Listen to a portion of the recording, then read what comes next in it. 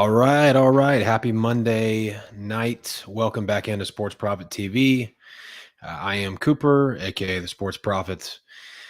I want to start today's video. This is only going to be about a 10-minute video. I've been doing these once a week with a little bit of a State of the Union. I want to talk about first some housekeeping. So 1 and 2 on the video plays so far this season. Last week, if you followed along, was Texas Tech +7. Last week was also small profit on the VIP card. Total transparency. I loved the card last weekend. It was by far my favorite of the entire year. I put out 8 plays, which is a pretty big card for me. And personally, I liked every play. Like I really liked every single play. If it had been a little bit later into the year, I probably would have had more than one multi-unit play. But the bad beats were out. The bad beat monster was out. So, we had CLV closing line value on every single play that I posted last week. We've had closing line value on every single video play that I've posted since week 0. But gambling is inherently emotional. And for whatever reason, sports bettors have a really hard time looking at things, from a long-term perspective. And that's a shame. So, I try to tell my guys, my clients, my subscribers, if you can view this as an investment as opposed to how did we do today? How did we do this week?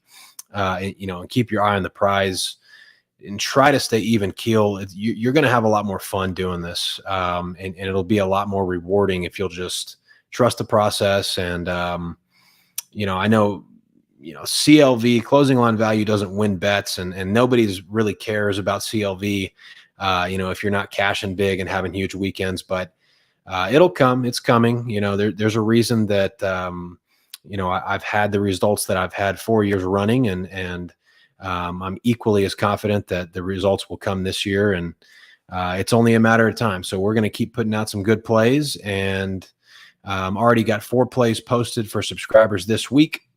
4 good spots with more ads to come. Probably one more play that will be posted tonight or tomorrow, and then we'll be waiting on the FBS versus FCS lines as far as additions. So. But good looking card up there already, and we can go ahead and get to our week 3 free play. All righty. Yeah. So one of the bigger games on the card for me this week, and this is the one that I'll be sharing for free, Tennessee and Florida. Let's see here. Get my banners going.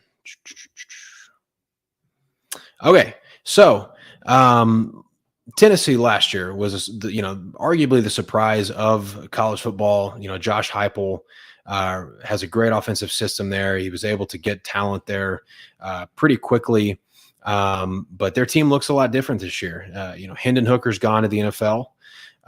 Top 2 receivers are gone. They had two of the best receivers in the SEC that are no longer there. Florida, meanwhile, they also lose their star quarterback, Anthony Richardson. He's obviously with the Colts now. So 2 new quarterbacks, lots of offensive talent gone from a game that I think was 38-35 last season, or something close to that. It was a total shootout. I actually, surprisingly, this might surprise some people, I actually like what this Florida defense has got brewing a little bit. I think that this Florida defense is underrated, and I don't think they're a bad unit at all, and definitely the strength of this Florida team, in my opinion. Tennessee, meanwhile, like we just talked about, some of the turnover that they're dealing with, they just haven't looked efficient to me offensively. They haven't looked anything like they did a year ago, and I still think this offense needs some time to figure it out. So I'm going to be rolling with an under in this game. I grabbed a 58. You should still find some 58s out there available. Tennessee, Florida, under 58.5 officially is going to be my release today.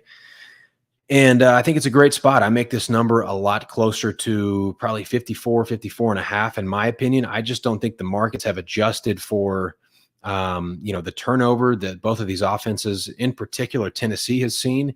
And I also think there's a lot to be said about the style of play and the matchup that we're going to see on Saturday. I think Florida wants to grind this game to bits. I think Florida wants to line up and run the ball. And I think they have a pretty good chance to run the ball effectively enough to move the chains. And I think that's exactly where they're going to want this game, at the Swamp. I think they want to make it ugly, and I think they have to. If they're going to be competitive, they're going to have to. I've seen some sharp money coming in on the Florida side, moving this line from, I think, 7.5 all the way down to 5.5 on some books. And I think that has a lot to do with what I just mentioned, is that this Tennessee defensive front could struggle.